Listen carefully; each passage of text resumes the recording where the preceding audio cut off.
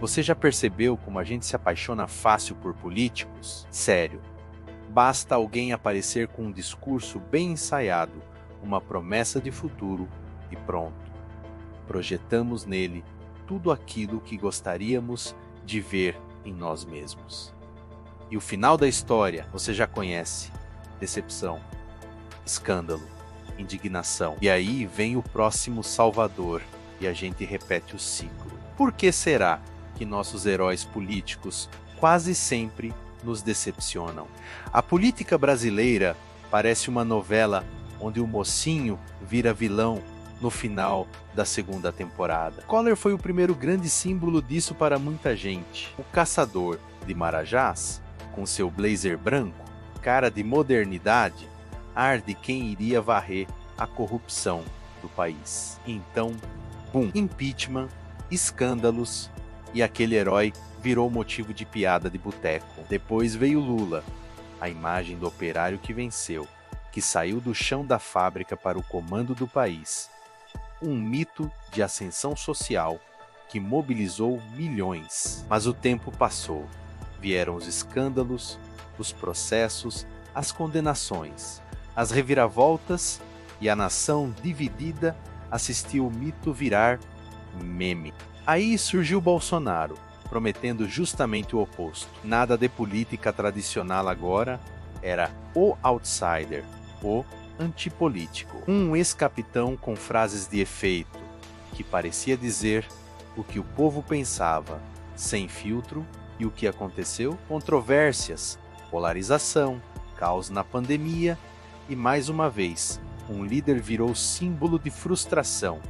De novo, 3 vezes, o mesmo roteiro. Aí a pergunta que não quer calar: o problema está neles ou está em nós? Tem uma coisa que a psicanálise explica bem: a nossa tendência de idealizar figuras de autoridade. É como se a gente inconscientemente buscasse alguém que encarnasse o pai ideal, a figura que vai cuidar de tudo, proteger, consertar, nos guiar. Essa necessidade de amparo vem de muito antes da política, é quase biológica. A criança pequena precisa do adulto para sobreviver, e quando crescemos, essa estrutura emocional continua lá, só muda de roupa. Em vez de pai e mãe, agora são líderes, gurus, influencers e políticos, só que nenhum deles é perfeito. E quando a realidade mostra isso, vem o choque, a decepção. E a decepção, nesse caso, não é só com o outro, é com a gente mesmo. Porque a frustração revela que talvez tenhamos apostado demais. A ciência política já nos alerta. Democracia é feita de instituições, não de heróis. Mas a gente insiste em buscar heróis. E quanto mais idealizamos, mais frágil fica a relação. Porque quando o político tropeça, e ele vai tropeçar, porque é humano, a queda é feia, não só dele, mas da imagem que construímos dele. É o espelho que se quebra, e ninguém gosta de ver o próprio reflexo estilhaçado. A economia comportamental ajuda a entender esse apego emocional. A gente não toma decisões políticas com base apenas em fatos ou dados. A gente escolhe candidatos como quem escolhe um time de futebol ou um ídolo pop, com o coração. O famoso viés de confirmação entra em ação. A gente seleciona as informações que reforçam nossa crença e ignora o que a contraria. Se o nosso candidato comete um erro, a gente minimiza. Se o rival respira, a gente acusa de conspiração. É irracional, mas é humano. E o problema maior é que quando a idealização cai, o vácuo que fica é perigoso. Por quê?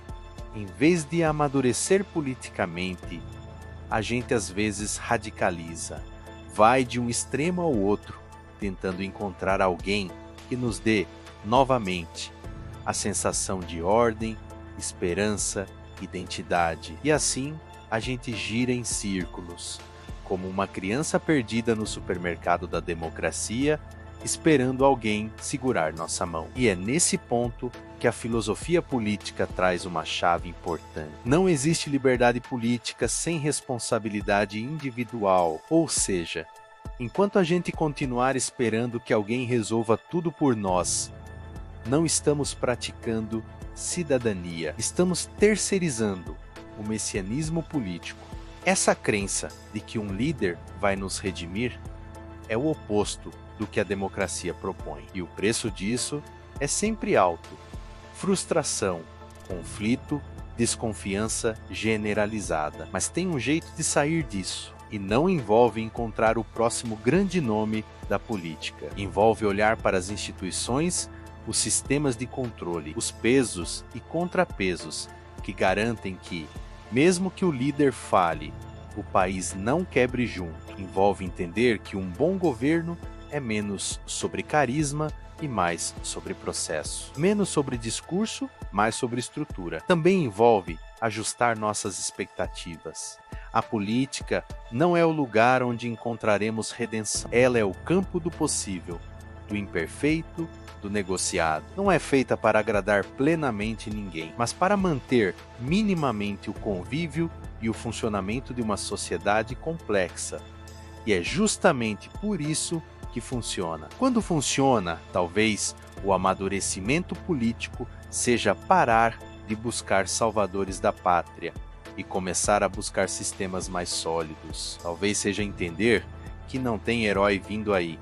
E tudo bem, o que tem é gente tentando, errando, corrigindo. E nós, como sociedade, precisamos estar menos apaixonados e mais atentos. Porque se tem uma lição que esse espelho quebrado dos nossos heróis políticos nos ensina, é que a mudança verdadeira não começa com alguém lá no alto do palanque. Começa com a gente aprendendo a votar melhor, cobrar melhor, discutir melhor. Começa com menos fanatismo e mais participação, com menos emoção cega e mais senso crítico, com menos torcida e mais cidadania. Se você curtiu esse vídeo, achou interessante essa reflexão, dá aquele like maroto aqui embaixo. Ajuda a espalhar esse conteúdo para mais gente.